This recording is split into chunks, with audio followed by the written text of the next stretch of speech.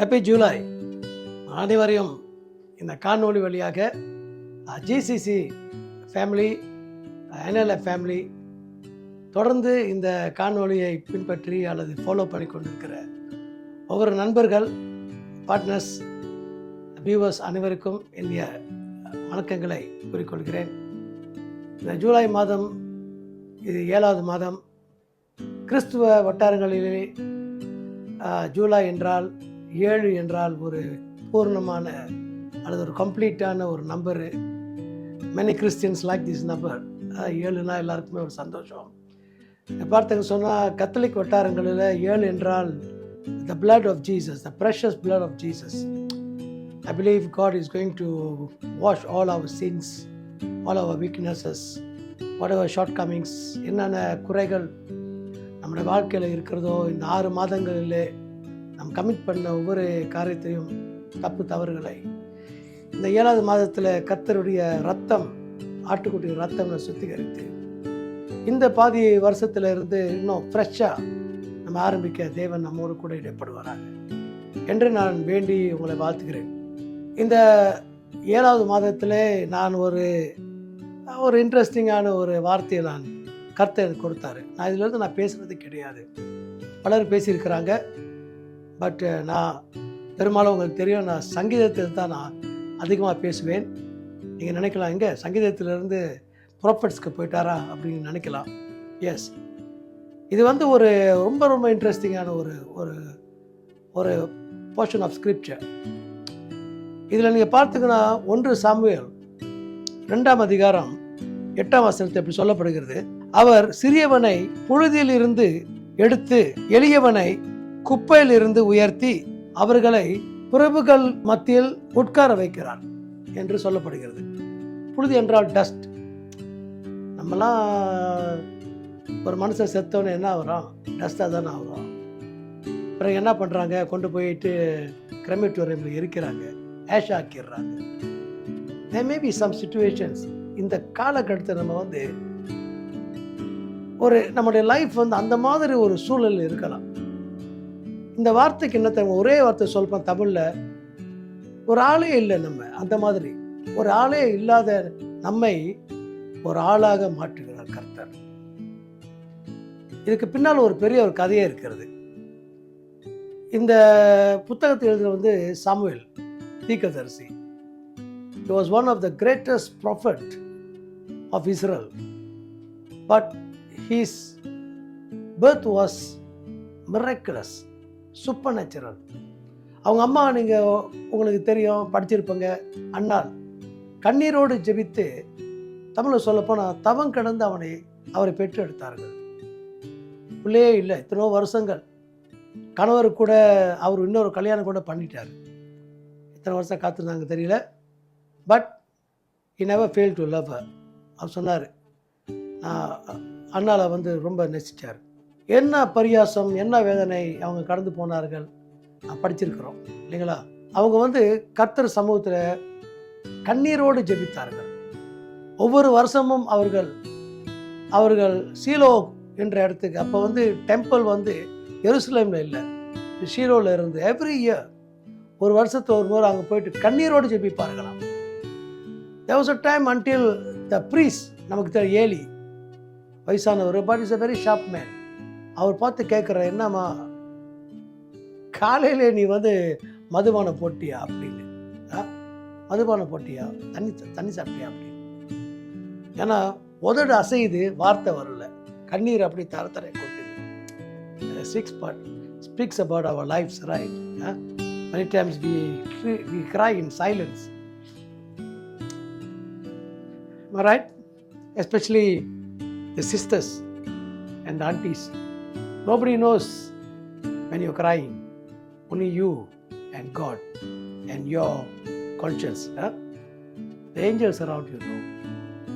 But there's a time that God pays for your tears, you know. கர்த்தர் அந்த கண்ணீருக்கு அவர் ஒரு நல்ல பரிசை கொடுக்குறார். சொல்ல விரும்புகிறேன். அவங்க கண்ணீரோடு ஜெபித்து அந்த ஏலி அந்த சூழலை பார்த்து தேவனுடைய வல்லமை அவர் மேல் இறங்கி ஆக்சுவலி இன்னும் தொடர்ந்து பார்த்தீங்கன்னா ஏலி ரிட்டைர்மெண்ட் டைமில் இருக்கிறாரு. அவர் வந்து சரியாக அந்த நாட்டை கவனிக்காதனால அந்த நாடே ஒரு பின்மாற்றத்தில் போய் ஒரு மாதிரி சூழ்நிலை இருந்துச்சு. But this man super naturally the power of God came upon him. ஒரு ப்ரொஃபஸி கொடுத்தா இருப்பாருங்கம்மா, கவலைப்படாத, நீ போ, அடுத்த வருஷத்தில் பருவ காலத்தில் உங்களுக்கு ஒரு குழந்தைய கர்த்தர் கொடுப்பாரு. சந்தோஷமாக போகிறாங்க. அதுக்கு பிறகு அவங்க அழுவே இல்லையா. அந்த ப்ரொஃபஸி பிரகாரம் அவங்களுக்கு ஒரு குழந்தை பிறந்தது. அவங்க கொடுத்த ஒரு பொருத்தனை திரும்பாங்க. அவங்க சொன்னாங்க, ஆண்டவரே நீங்கள் எனக்கு ஒரு குழந்தை கொடுத்தா அந்த குழந்தைய நான் உங்களுக்கே தந்து விடுகிறேன் என்று. காரணம் திரும்பாங்க, அந்த நாட்டில் வந்து அந்த நாட்களில் ஒரு தீர்க்கதரிசி இல்லை. ஸோ என்னோட மகனை ஒரு தீர்க்கதரிசியாக இந்த தேசத்துக்கு நான் கொடுக்கிறேன் என்று. எந்த தாய்க்கு இந்த மாதிரி ஒரு மனசு வரும்? உண்மையாகவே அந்த தாய் என்ன சொல்லலாம், நம்ம ஒரு காவிய தாய் தான் சொல்லணும். ஸோ அந்த பையன் பிறந்த உடனே பால் மறந்து முடிஞ்ச பிறகு அவனை கொண்டு வந்து லேவிட்டு கொடுத்துட்டாங்க. ஐயா, இந்த டெம்பிளை நீங்கள் அவனை வளர்த்து கர்த்தருடைய வழியில் நீங்கள் நடத்தணும். என்ன ஒரு பெருத்தன்மை, ஸ்பிரிச்சுவாலிட்டி. இது வந்து ஒரு ஸ்பிரிச்சுவாலிட்டி, இதுதான் ஒரு ஆவிக்குரிய தன்மை. இன்றைக்கு பிள்ளைகளை வந்து ஊழியத்துக்கு கொடுக்கறதுக்கே ரொம்ப பேர் தயங்குறாங்க இல்லைங்களா. உலகமே தெரியாது, ஊரே தெரியாது. அப்படிப்பட்ட ஒரு வயசில் அந்த பையனை வந்து ஆண்டோட ஊழியத்துக்கு கொடுத்தாங்க. ரொம்ப சந்தோஷம். ரொம்ப சந்தோஷத்தில் அவங்க பாடுற ஒரு பாடல், ஒரு ஜெபம் தான் போட்டிருக்கு. அப்பொழுது அன்னாள் ஜெபம் பண்ணி என் இருதயம் கர்த்தருக்குள் மகிழ்கிறதுன்னு சொன்னாங்க. அதை பார்த்தீங்கன்னா அந்த ஜெபம் வந்து ஒரு பாடலாகவே மாறிடுச்சு. அப்படியே பாடுறாங்க, அப்படியே பாடிக்கிட்டு இருக்காங்க. ஐம் ஸோ ஹாப்பி, நான் ரொம்ப சந்தோஷமாக இருக்கிறேன், கர்த்தருக்குள்ள மகிழ்ச்சி அடைகிறேன் என்றால் சொல்லிட்டு பல காரியங்களை நீங்கள் கண்டிப்பாக இந்த வேத நீங்கள் வாசிக்கணும் அன்பானவர்களே. இந்த 8ஆம் வசனத்தில் நீங்கள் பார்த்துங்க, ஒரு அற்புதமான வார்த்தை சொல்கிறாங்க. சொல்கிறாங்க, கர்த்தர் எளியவனை, நத்திங் மேன் தான் சொல்லலாம், அந்த எளியவனை வந்து குப்பையிலேருந்து தூக்கி எடுத்து சிறியவனை வந்து புழுதியிலேருந்து எடுக்கிறாராம். என்ன ஒரு அற்புதமான ஒரு வார்த்தை பார்த்துருங்களா. இன்றைக்கு உங்கள் சிச்சுவேஷன் என்னன்னு எனக்கு தெரியல. ஆண்டவர் ஒரு மனுஷனை எப்படி எந்த நேரத்தில் உயர்த்துவார் என்று நமக்கே தெரியாது. காரணம், ஆண்டவர் ஒரு மனுஷன் மேலே கிருபை வச்சுட்டாருன்னா, இறக்க வச்சுட்டாருன்னா கர்த்தர் டப்புன்னு செய்வார். அவங்க அவனை என்கரேஜ் யூ திஸ் ஜூலை மாதத்தில் நீங்கள் நினைக்கலாம், நான் எவ்வளோ நாளைக்கு நான் இப்படியே இருக்க போகிறேன், யாரெல்லாம் எனக்கு பிறகு உள்ளவங்களாம் எப்படி இருக்கிறானுங்க, ஆனால் நான் இப்படியே இருக்கிறேன். I'm talking to some people, maybe not all. கண்டிப்பாக உங்களுக்கு தேவையான இந்த வார்த்தை தேவையான மக்கள் இதை நீங்கள் பார்த்து கொண்டிருப்பீர்கள். எனவே இப்படிப்பட்டவர்கள் நான் சொல்லுகிறேன், கண்டிப்பாக இந்த வார்த்தை உங்களுக்கு ஆசீர்வாதமாக இருந்தால், அது உங்கள் உள்ளத்தில் டச் பண்ணால் ப்ளீஸ் டேக் இட், எடுத்துக்கங்க, விசுவாசிங்க. இந்த ஜூலை மாதத்தில் கர்த்தர் வந்து உங்கள் தாழ்விலிருந்து உங்களை உயர்த்தி ஆசீர்வதிப்பார். வேதம் சொல்லுகிறது, பிரபுக்கள் மத்தியில் உட்கார வைப்பாராம். You going to sit among big entrepreneurs, businessman, business magnates, tycoons, big man of God, bishops, reverends. கர்த்தர் எளியவனை உயர்த்தி வைக்கிறார். பிரபுக்கள் மத்தியில் சிறிய மனுஷனை அவர் உயர்த்துகிறார். இன்றைக்கு நீ சிறியவராக இருக்கலாம், எளியவராக இருக்கலாம். Nothing, I am just like to ash, I am dust அப்படின்னு நினைக்கலாம். புழுதி, குப்பை. இன்னொரு வார்த்தை சொல்கிறது பெக்கர்னு போட்டிருக்கு, ஸ்ட்ராங்காக இருக்குது வார்த்தை.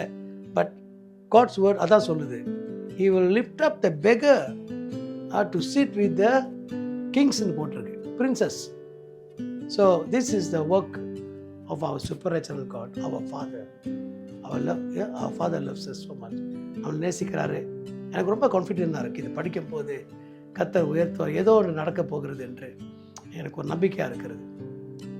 ஒரு சின்ன ஒரு கதை ஒன்று எனக்கு ஞாபகம் இருக்கிறது. டிக்டாக்ல நீங்களாம் டிக்டாக் பார்ப்போங்க, நான் தப்புன்னு சொல்ல மாட்டேன், நிறைய நல்ல விஷயங்கள் இருக்கிறது.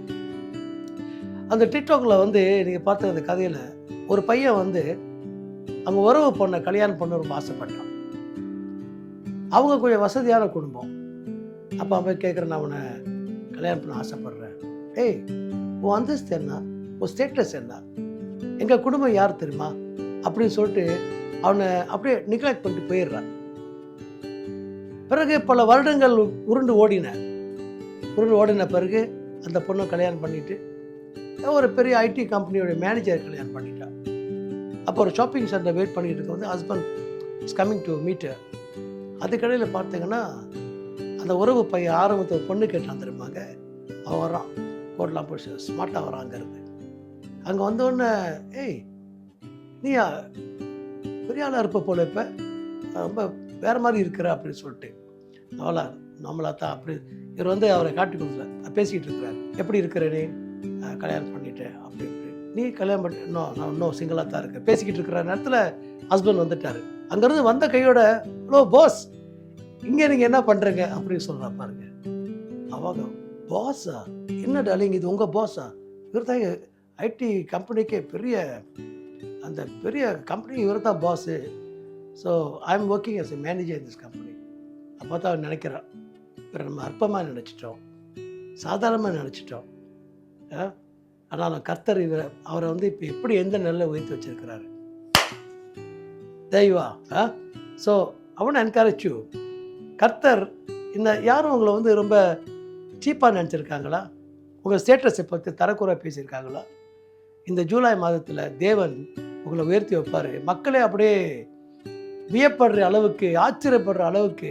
ஆண்டவருக்கு பேர் அதானுங்க, அவர் யோசனை பெரியவர், செயலிலே ஆச்சரியமானவர். ஸோ இந்த மாதத்தில் அவங்களுக்கு ஜல்யூ மை ஃப்ரெண்ட்ஸ் பார்ட்னர்ஸ் இந்த காணொலியை ஃபாலோ பண்ணிகிட்டு இருக்க ஒவ்வொருவரும் சப்போர்ட் பண்ணிக்கிட்டு இருக்கிறேங்க. அதற்காக ரொம்ப ரொம்ப நன்றி. கர்த்தர் உங்களை உயர்த்தி பிரபுக்கள் மத்தியில், பெரிய பெரிய ஆட்கள் மத்தியில் உயர்த்தி ஆசிரிக்க போகிறார். Hallelujah. So happy July. Let me pray for you. பிதாவே, இந்த அருமையான ஜூலை மாதத்தில் இந்த காணொலியை பார்த்துக்கிட்டு இருக்கிற ஒவ்வொரு நல்ல உள்ளங்களுக்காக நான் ஜெபிக்கிறேன். என்னுடைய ஜெபத்தை மண்டலங்கள் தேவன் கேட்டுக்கொண்டிருப்பதற்காக நன்றி. ஒவ்வொரு மேலும் உங்களுடைய கிருமை அருள் மலைகள் ஊற்றுமொழியாக ஜெபிக்கிறேன். தாழ்வு பழமைகள், பயங்கள், பலவிதமான சிறுமை எண்ணங்கள், இந்த அச்சம், கலக்கம், இதெல்லாமே இன்றைக்கு உடைத்து இன்றைக்கு அவர்களை உயர்த்தி நீங்கள் ஆசீர்வாதமாக ஜெபிக்கிறோம். நன்றி அப்பா, வாழ்த்துக்கிறேன். இயேசு நாமத்தில் ஜெபிக்கிறேன் நல்ல பிதாவே. Amen. Happy July. Be happy. Bye. தூளில் இருந்து உயர்த்தி நீர் தூக்கி என்னை நிறுத்தி நீர் துதித்து பாட வைத்தீர். ஹல்லேலூயா, ஹல்லேலூயா.